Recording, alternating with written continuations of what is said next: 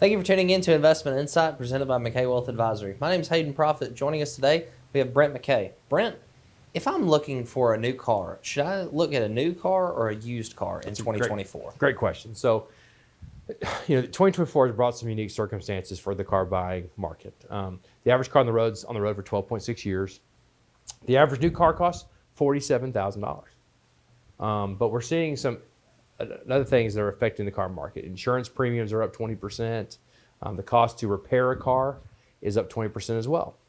So really, when you start looking at, should I buy a new car, used car, there's a couple factors that you should build. And I know it sounds kind of technical, but you probably should build a little spreadsheet or a little data on each car purchase to make sure if it makes sense. Obviously, one of the first things people need to look at is financing.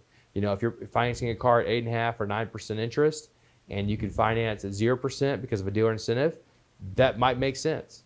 It might make sense to take advantage of that 0% rate while it's there. But the biggest thing is, with the cost of repairing a car and the cost of insurance going up so much, and obviously if you buy a type of car and it costs a lot of money to repair it, the insurance is probably going to be higher pretty soon in that car.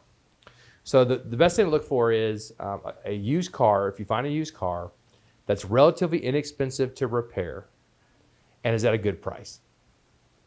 If you can find a car that hits those levels, that's what you want to do. But if a new car is relatively reliable and doesn't take a lot of money to repair, it might be a better option. But one thing we are noticing with cars is a lot of the newer cars have fancier options, more technology, more microchips, more sensors, more cameras. Because it has more cameras, because it has more sensors, they're costing more to repair. So some of these used cars, some of the older Hondas, for instance, are getting a premium because they don't cost that much to repair, and they're not as tech heavy.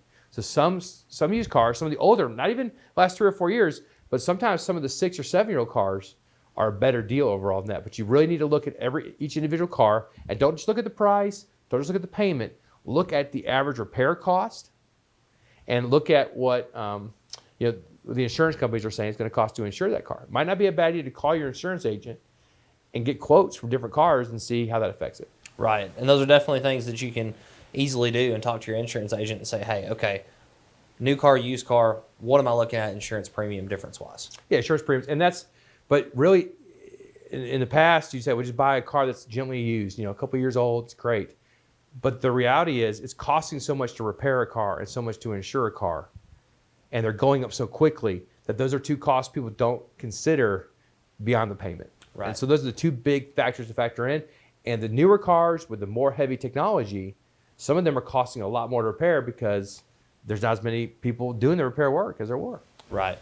So, well, thank you for helping us kind of unpack this difference between a new car and a used car and different considerations there. And thank you for tuning in to Investment Insight, and I hope you have a great day.